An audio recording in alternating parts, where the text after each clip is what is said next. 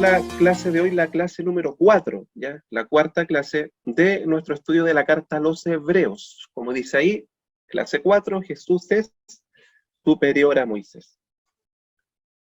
Vamos a ir al contexto que ya lo hemos conversado a través de todas estas primeras clases. El autor es desconocido.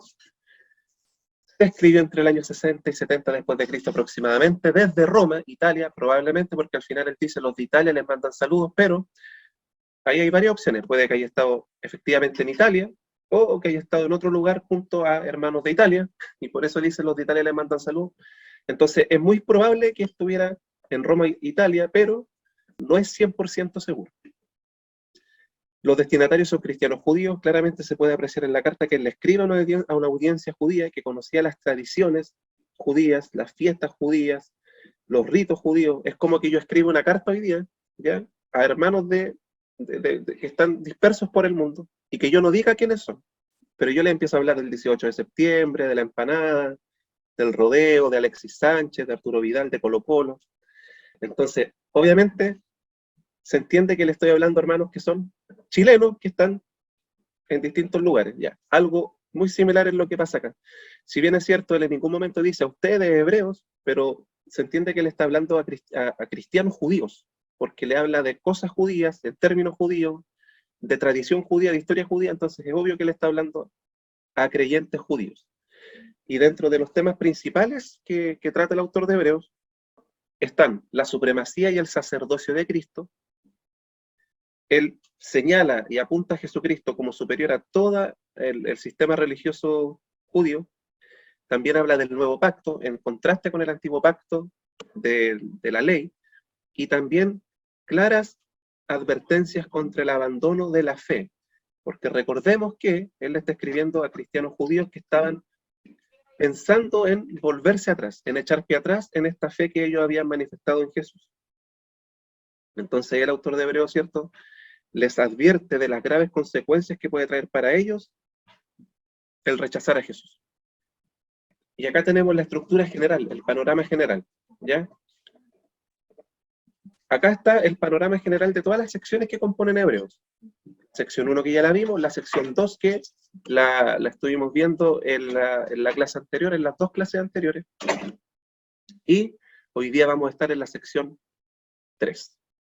Hoy día damos inicio a esta sección 3, donde el autor va a comparar a Jesús con Moisés y la tierra prometida, y ahí él va a estar en los capítulos 3 y 4 hablándonos de esto.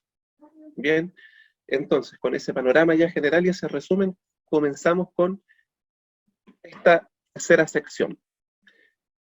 Sección 3, capítulo 3-4. Jesús es superior a Moisés, quien guió a Israel a través del desierto y construyó el tabernáculo. También es el líder del pueblo de Dios, pero él no es el constructor de una simple tienda de campaña, sino el constructor de toda la creación. Como bien leyó Cristian, ¿cierto?, el autor ahora nos va a demostrar que Jesús es superior a Moisés, con todo lo importante que fue Moisés, ¿cierto? Para ese tiempo, para esa parte del plan de Dios, Moisés fue fundamental. Pero luego viene Jesús, que es superior a Moisés, y es el punto cúlmine de todo ese plan que Dios desarrolló a través de toda la historia. Jesús es el cumplimiento, ¿ya?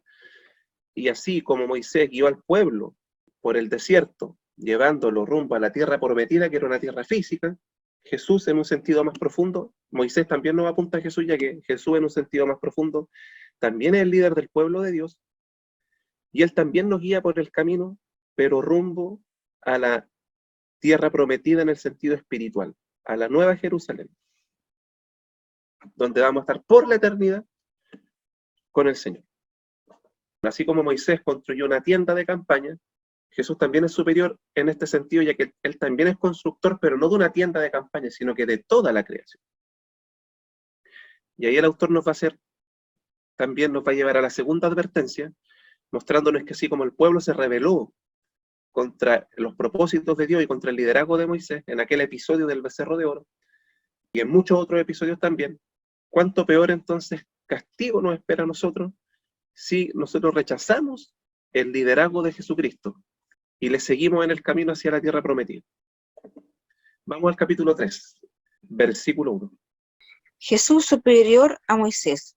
Por lo tanto, hermano, ustedes que han sido santificados y que tienen parte en el mismo llamamiento celestial, consideren a Jesús, apóstol y sumo sacerdote de la fe que profesamos. Él fue fiel al que lo nombró, como lo fue también Moisés en toda la casa de Dios. De hecho, Jesús ha sido estimado digno de mayor honor que Moisés, así que como el constructor de una casa recibe mayor honor que la casa misma, porque toda casa tiene su constructor, pero el constructor de todo es Dios. Bien, como dice acá, ¿cierto? El subtítulo que agrega la NBI pone Jesús superior a Moisés. En eso va a estar ahora enfocado el autor de Hebreos, que ya nos demostró anteriormente que Jesús era superior a los ángeles y a la ley. Y ahora sigue diciendo, por lo tanto, y aquí esta conexión es importante, en el capítulo 2, que es el capítulo que viene justo antes, él viene diciendo cómo Jesús fue a la cruz para liberarnos de la esclavitud, para liberarnos del pago del pecado, para liberarnos de las garras de Satanás, cómo él expió nuestros pecados, ya cómo nos dio salvación a través de su sacrificio. Y habíamos comentado que la paga del pecado es muerte, ¿cierto? O el alma que peque, esa morirá, como dice la palabra del Señor. Entonces, cuando Satanás nos tienta a pecar, los culpables somos nosotros, ¿ya? No le andemos echando la culpa al diablo de las cosas que hacemos nosotros. Mala costumbre evangélica. El diablo nos tienta, pero finalmente los que pecan, los que deciden pecar somos nosotros, ¿ya? El tema es que el diablo es el acusador. Y como el diablo sabe que la paga del pecado es muerte, entonces cuando el diablo te tienta, tú pecas, lo que te corresponde es juicio, muerte. Entonces va Satanás y es como que te acusa, ¿ya? Ya. Juanito pecó, la paga del pecado es muerte. Ya, pues, Señor. Tienes que matarlo, tienes que castigarlo.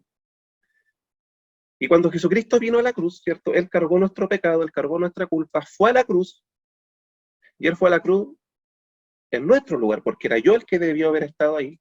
Ustedes son los que debieran haber estado ahí, sufriendo el castigo, justo castigo por rebelarnos contra Dios. Y cuando Jesucristo recibe, ¿cierto?, nuestro castigo en él, nuestro pecado es castigado con la muerte. Por eso Jesucristo murió. Luego Jesucristo resucita y nuestra deuda ya fue pagada, ya fue anulada, ya fue cancelada. Entonces Satanás se queda sin argumentos, no tiene cómo acusarte, porque es como que le reclama a Dios, ya, el alma que peque esa morirá, el pecó, tiene que morir. Pero Jesús ya pagó por ti, ya pagó la muerte que tú tenías que pagar.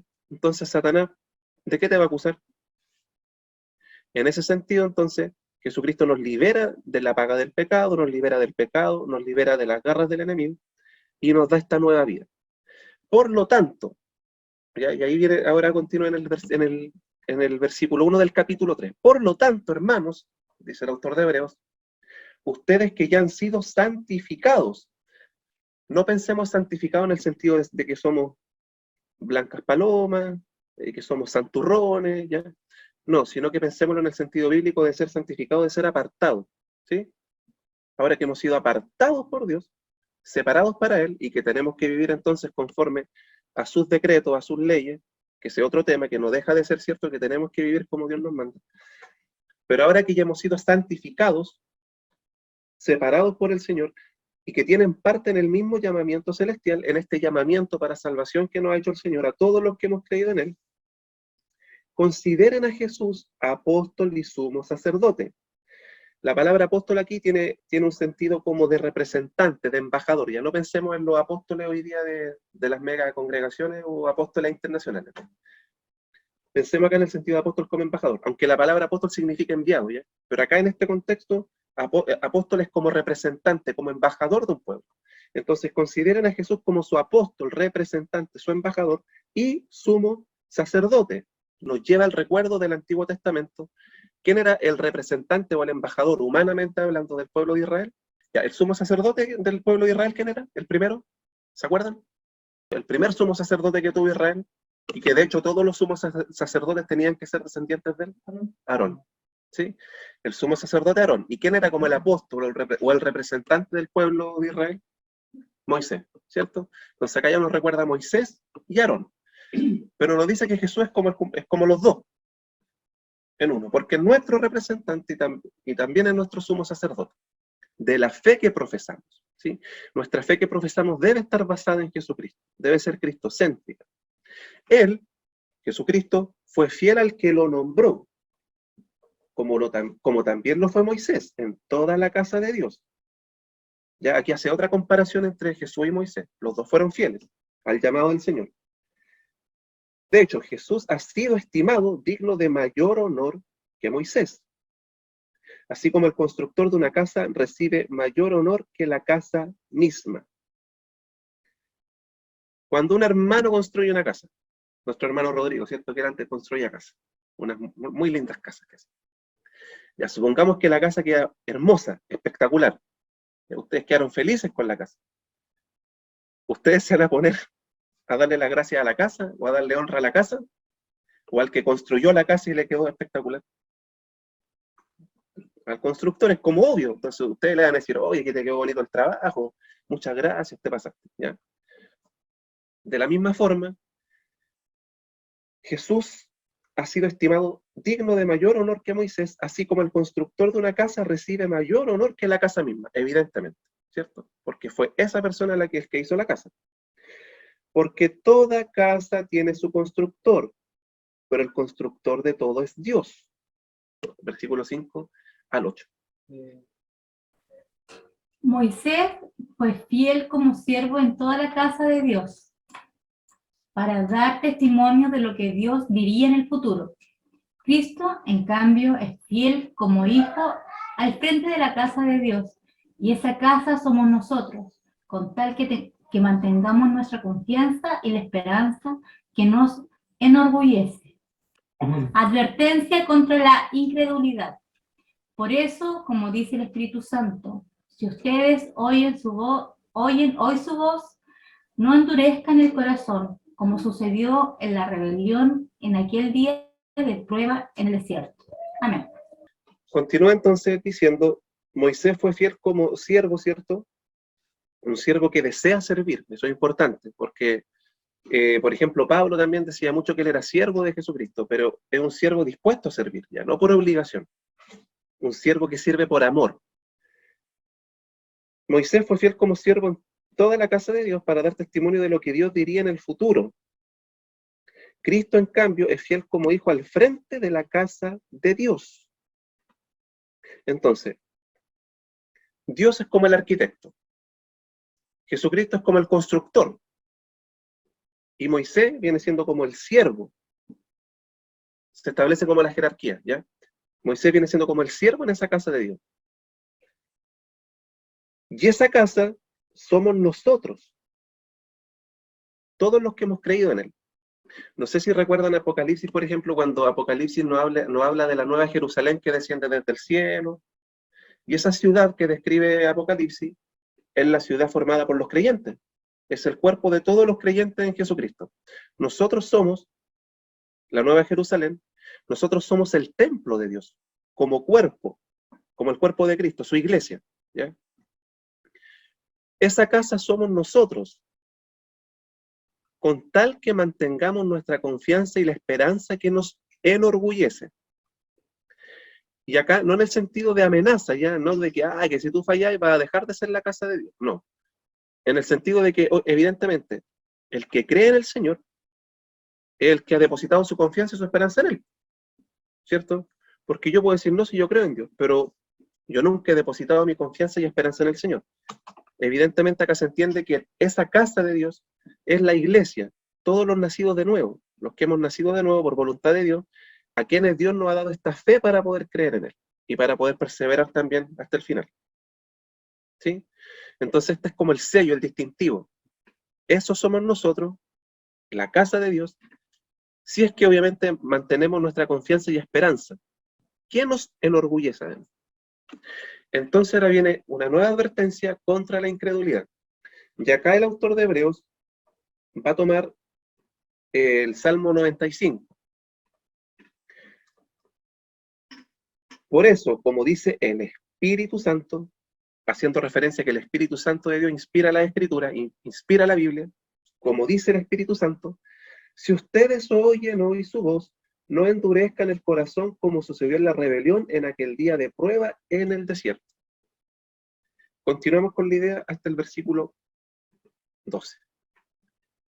Ahí sus antepasados me tentaron y me pusieron a prueba, a pesar de haber visto mis obras 40 años. Por eso me enojé con aquella generación y dije, siempre se descarría su corazón y no han reconocido mis caminos. Así que en mi enojo hice este juramento, jamás entrarán en mi reposo. Cuídense, hermanos, de que ninguno de ustedes tenga un corazón pecaminoso, incrédulo, que los haga apartarse del Dios vivo. Continúa entonces, voy a leer del 8 para adelante. No endurezcan el corazón como sucedió en la rebelión en aquel día de prueba en el desierto. Aquí sus antepasados, acá se entiende que evidente que le está hablando hebreo, ¿cierto? Su antepasado, o sea, más claro imposible.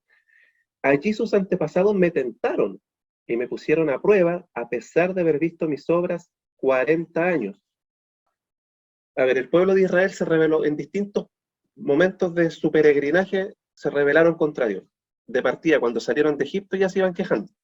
Sí, no, que ya teníamos carne, que por qué no. Sí, teníais carne, pero erais esclavo. Ahora vas camino a la libertad, vas camino a la libertad y de la mano del Señor. Es como, ¿de qué me estáis hablando? Y así somos nosotros también.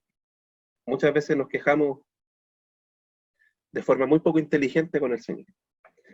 Entonces le dice, allí sus antepasados me tentaron y me pusieron a prueba a pesar de haber visto mis obras 40 años. Entonces ya se rebelaron contra el Señor cuando salieron, querían volver a Egipto, después rechazaron el liderazgo de Moisés, adoraron el becerro de oro, pero ya después el punto culmine, como la gota que rebasó el vaso, fue cuando el Señor los mandó a espiar la tierra, ¿cierto? Cuando pidió que escogieran un espía de cada tribu, los 2 espías, y fueron, ¿cierto?, para que trajeran el reporte, para ver cómo podían hacerlo, para que conocieran la ciudad, si era fortificada, cuántos soldados había, para que estuvieran preparados. Dios le iba a dar la tierra, Dios le iba a dar la victoria, pero eso no quitaba el hecho de que ellos tenían que prepararse, y Dios los envió para que conocieran el lugar y trajeran el reporte.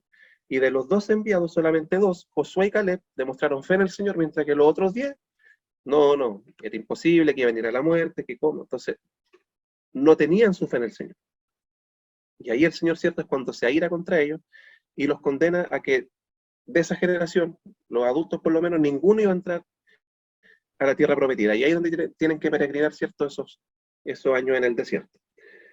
Entonces, a pesar de ver, por eso me enojé en el 10, por eso me enojé con aquella generación y dije, siempre se descarría su corazón y no han reconocido mis caminos. Así que en mi enojo hice este juramento, jamás entrarán en mi reposo.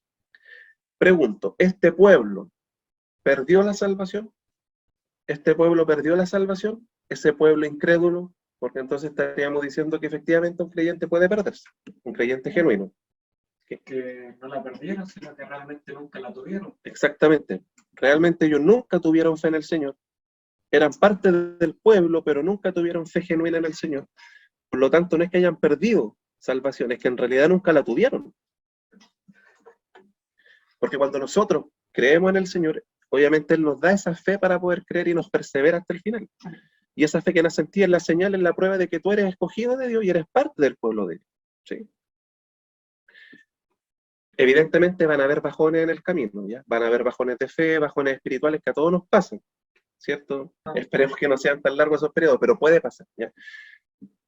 Pero al final, tu vida es una vida de fe. Porque por alguna razón al final del día sigues creyendo en el Señor. Y es porque el Señor te ha dado esa fe. Y si el Señor te ha dado esa fe, tú crees en Él, y la has reconocido en tu vida como tu Señor y Salvador, entonces eres parte del pueblo de Dios. Pero sin embargo, esta parte incrédula del pueblo, que ojo, muchas veces nosotros podemos tener nuestra fe puesta en cosas equivocadas, a lo mejor porque, es que yo voy desde chiquitito a la iglesia. Toda mi familia es cristiana. No, es que mi esposo es súper cristiano. No es que mis hijos son cristianos, no es que mi abuelito. Ya, pero tú, tú delante de Dios. ¿Quién eres tú delante de Dios? ¿Sí? Entonces, no pongamos nuestra fe en cosas externas, o nuestra confianza en cosas externas. Y a lo mejor yo he estado toda mi vida en la iglesia porque de chiquitito me llevan a la iglesia. Pero yo a lo mejor puedo vivir toda mi vida en un garage y eso no quiere decir que yo soy un auto. ¿Sí? Entonces, este pueblo a lo mejor se dejó llevar, es que nosotros somos del pueblo de Israel, es que el Señor nos sacó de Egipto, sí, pero nunca tuvieron su fe en el Señor. Y por eso vivían renegando del Señor. Su actitud de vida demostraba que eran unos incrédulos, que en realidad nunca confiaron ni le creyeron al Señor, ni le entregaron su vida. Así que contra ellos el Señor se enojó y dijo, jamás entrarán en mi reposo. Por lo tanto, versículo 12, cuídense, hermanos, de que ninguno de ustedes tenga un corazón pecaminoso e incrédulo, que los haga apartarse del Dios vivo. ¿Cuál es la característica de un corazón pecaminoso que no se ha arrepentido delante de Dios y que no ha nacido de nuevo? Es incrédulo. Es incrédulo, no cree en el Señor. ¿Sí? Por lo tanto, la historia del pueblo de Israel no es solamente para que nosotros digamos, ¡oye, estos israelitas, qué duros de cabeza! ¡Oye, qué rebeldes! No. Esta historia es para que también nosotros nos reconozcamos a la luz de la historia del pueblo de Israel y nos examinemos también a la luz de la historia de su pueblo. ¿Sí? Y que también tomemos atención de esta advertencia. Cuidado con tener un corazón pecaminoso e incrédulo que no le crea al Señor o que no cree en el Señor y que nos haga apartarnos del Dios vivo. Versículo 3. Más bien, mientras dure ese hoy, anímense unos a otros cada día, para que ninguno de ustedes se endurezca por el engaño del pecado. Hemos llegado a tener parte con Cristo, con tal que retengamos firme hasta el fin la confianza que tuvimos al principio. Como se acaba de decir, si ustedes oyen hoy su voz, no endurezcan el corazón, como sucedió en la rebelión. Bien, retomo entonces del 12. Cuídense, hermanos, de que ninguno de ustedes tenga un corazón pecaminoso e incrédulo que los haga apartarse del Dios vivo. Más bien, mientras dure ese hoy, o sea, mientras dure todo nuestro caminar en el Señor, nuestra vida en el Señor, anímense unos a otros cada día. Anímense unos a otros. Dice, anímense ya. La Reina Valera dice, exhórtense unos a otros. No, que comentaba que la Reina Valera habla de exhortarse los unos a los otros. Y la profundidad de esto significa que obviamente en el amor del Señor están animándose los unos a los otros, pero si vemos que un hermano se está desviando, como estamos viendo, exhortarlo a través de la palabra, pues, animarlo a través de la palabra, pues, y esperando que el hermano no tenga un corazón muy endurecido y lo tome como una ofensa, sino que realmente por amor a nuestro hermano y no querer que se desvíe, nosotros lo estamos apoyando y animando a que siga o a que vuelva a la senda del Señor. Eso. Muchas gracias, Michel. Sí, ahí la Reina Valera ahí como que capta mejor el sentido de lo que está diciendo el autor. Porque justamente como nos comentaba Michel, como nos comentaba, ¿cierto? El propósito es justamente animarnos unos a otros, mantener esta unión y este caminar en el Señor. Si yo veo que un hermano está teniendo una actitud rebelde contra Dios o se está alejando del Señor, yo en el amor del Señor tengo la obligación o la responsabilidad de poder hablar con él en el amor del Señor, para poder ojalá hacerlo entrar en razón y que él se vuelva a Dios y se arrepienta. Ya si que él está pecando, a lo mejor, pecando abiertamente contra el Señor, hablar con él para que se arrepienta de su pecado, se vuelva al Señor. Si se está apartando, para que se vuelva a encaminar. Y dice, ¿por qué? Para que ninguno de ustedes se endurezca por el engaño del pecado. Cuando nosotros nos empezamos a alejar del Señor, nos empezamos a alejar de la comunión con Él, nos empezamos a alejar de la luz del Señor, empezamos a meternos en tiniebla, en oscuridad, y nuestra fe, nuestra mente, nuestro corazón se empieza a entenebrecer. Y eso hace que nos endurezcamos. Por lo general, cuando un hermano, por ejemplo, no sé, tiene algún problema en la iglesia, ya, o se defrauda de la iglesia y se aleja, y después te va a hablar con ese hermano, está totalmente endurecido. Totalmente endurecido. Y si pasa el tiempo, peor todavía, se va a empezar a enfriar espiritualmente hablando, a alejar más de la comunión con el Señor, de la comunión con su hermano, y quizás, y mientras más tiempo pasa, más difícil va a ser, si es que obviamente Dios puede hacer todas las cosas, pero cada vez va a ser más difícil o se va a hacer más complejo que ese hermano pueda reconocer también su pecado, su error y poder volver a las plantas del Señor. Así que el llamado es animarnos unos a otros, animarnos a todo ir avanzando, todo ir en esta comunión, en este caminar, en este peregrinaje con el Señor, preocupándonos unos de otros. Nosotros muchas veces somos egoístas y nos preocupamos de nosotros, ¿no? Estando bien yo, mi familia, lo demás me importa poco. Pero no, el llamado del Señor es animarnos, a exhortarnos unos a otros, con nuestros hermanos en la fe. Versículo 14, hemos llegado a tener parte con Cristo, el Señor va a tomar posesión de toda la creación y nosotros vamos a tener parte con Él, con tal que retengamos firme hasta el fin la confianza que tuvimos al principio. Lo mismo, este es como el sello. Si tú eres un hijo de Dios, tú vas a tener tu fe en el Señor. Y el Señor también te va a preservar en el camino y te va a llevar hasta el final. Si tú has sido un creyente genuino, un nacido de nuevo, un hijo de Dios, el Señor te va a preservar hasta el final. Y también tú tienes que tener tu fe en el Señor, evidentemente. Esa va a ser la característica principal de tu vida, de tu caminar en el Señor, que tú tienes tu fe puesta en Él. La fe puesta en el Señor es mucho más profunda que creer de que Dios me va a sanar. Es mucho más profundo que creer que Dios me va a ayudar en el problema que tengo. Es mucho más profundo que creer que Dios me va a ayudar a encontrar ese trabajo que necesito. Es mucho más profundo que creer que Dios me va a ayudar en el examen del lunes. Tener toda nuestra confianza depositada en el Señor es creer en tu corazón, con total y absoluta certeza, de que Cristo en la cruz cargó tu pecado, pagó tu culpa, resucitó entre los muertos, te reconcilió con el Padre. Gracias a Él, el Padre te ha adoptado como su hijo, ahora te ama, y tienes la promesa de la vida eterna junto con Él. Él pagó por ti y Él te salvó. Si tú lo crees de todo corazón, entonces tú has depositado toda tu confianza en el Señor. Y con esa entonces condición entre comillas, con tal que retengamos firme esa convicción hasta el final, esa confianza que tuvimos al principio. Entonces, si tú la tienes, tú tienes parte con Cristo en la nueva creación. Como se acaba de decir, y acaba de volver a citar el Salmo 95, si ustedes oyen hoy su voz, no endurezcan el corazón como sucedió en la rebelión. Si en algún momento te desvías o te apartas, y el Señor te habla a través de alguna persona, a través de su palabra, o como sea, no endurezcas tu corazón y vuélvete al Señor. ¿Sí? Hay una canción del Éxodo para sobre todo. ¿Sí? ¿Cómo se llama? Yo creo. Con Samuel Hernández. Sí. Sobre todo ese pedacito que habla como, la canción es como cuando tiene una enfermedad, pero él, más allá de la enfermedad, de todos los problemas, de todo, él creía en Dios. Estuviera o no estuviera, viviera o no viviera, él creía en Dios. Sí.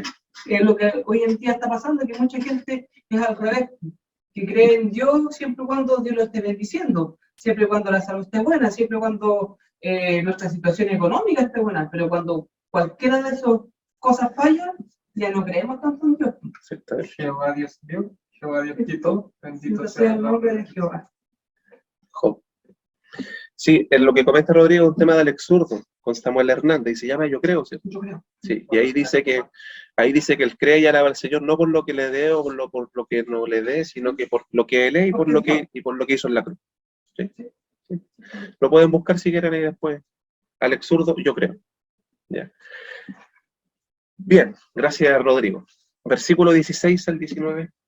Ahora bien, ¿quiénes fueron los que oyeron y se rebelaron?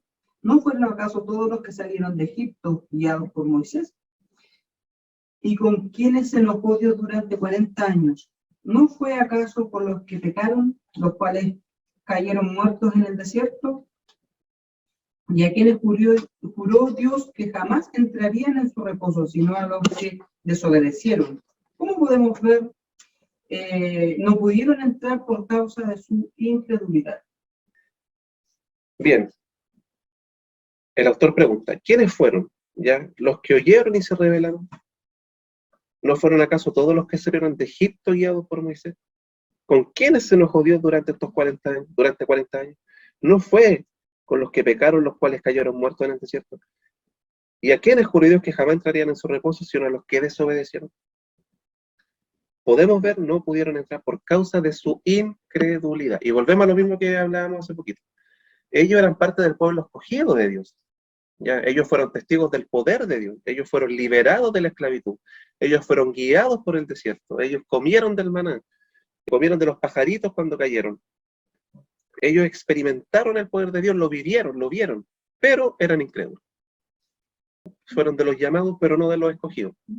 Porque si hubieran sido de verdad, ellos no hubieran sido incrédulos, pues ellos hubieran creído. Y acá de nuevo se da como el distintivo que eran incrédulos. Y un incrédulo es aquella persona que en realidad nunca fue un creyente genuino, nunca fue, en este caso, un cristiano verdadero, hablando en nuestro caso. ¿Ya? Y volvemos a lo mismo, quizás, claro, yo vengo de una familia cristiana, yo conozco de la Biblia, yo de chiquitito iba a la iglesia, pero en realidad yo nunca he tenido un encuentro verdadero con el Señor. Yo nunca he nacido de nuevo. Entonces estos pasajes igual nos llaman a examinarnos, a analizar nuestra vida a la luz de la palabra, y tomar de nuevo el ejemplo de estos israelitas que a lo mejor se sentían muy seguros porque eran parte del pueblo y el Señor nos liberó, y miren si somos los escogidos del Señor, y el Señor nos liberó, y miren, nos dio el maná y nos llevó por el desierto, y la columna de nube y de fuego, pero no eran creyentes genuinos. De nuevo viene la advertencia, por su incredulidad. Bien, vamos a quedar hasta acá, y el capítulo 4 va a quedar para la próxima clase, para el próximo estudio. Yo creo que a pesar de lo que vimos hoy día fue más breve, yo creo que igual deja mucho para meditar, mucho para reflexionar, así que ojalá puedan volver a echarle otra miradita en casa, a volver a leerlo, a volver a meditarlo, y examinar cómo está nuestra fe, nuestra vida de fe delante del Señor. Examinar nuestro caminar, examinar nuestra vida, en qué estamos poniendo nuestra confianza, qué es lo que me mueve. Porque a lo mejor yo puedo estar haciendo cosas súper buenas, pero con una motivación equivocada, ¿ya? A lo mejor a mí me gusta servir en la iglesia, pero para que me vean. Y para que todos vean que yo soy muy espiritual y que yo trabajo para el Señor y me gusta que me halaguen y que me vean. Una cosa buena, pero con una motivación pecaminosa. A lo mejor yo busco de Dios porque tengo miedo a que Dios me castigue. O que Dios me quite bendiciones. Tampoco es una motivación correcta. O a lo mejor yo estoy buscando de Dios para ganar puntitos con el Señor y el Señor después me dé esa bendición que yo tanto le pedí. Chantajeando al Señor. Claro, chantajeando al Señor. Tampoco es una motivación correcta. Analicemos nuestra vida, qué es lo que nos está moviendo a servir al Señor, qué nos está moviendo a buscar del Señor, y nuestra fe, en qué estamos depositando nuestra fe. ¿Sí? Bien, hermanos, ¿alguna consulta, alguna pregunta? A lo mejor algo que no se haya entendido.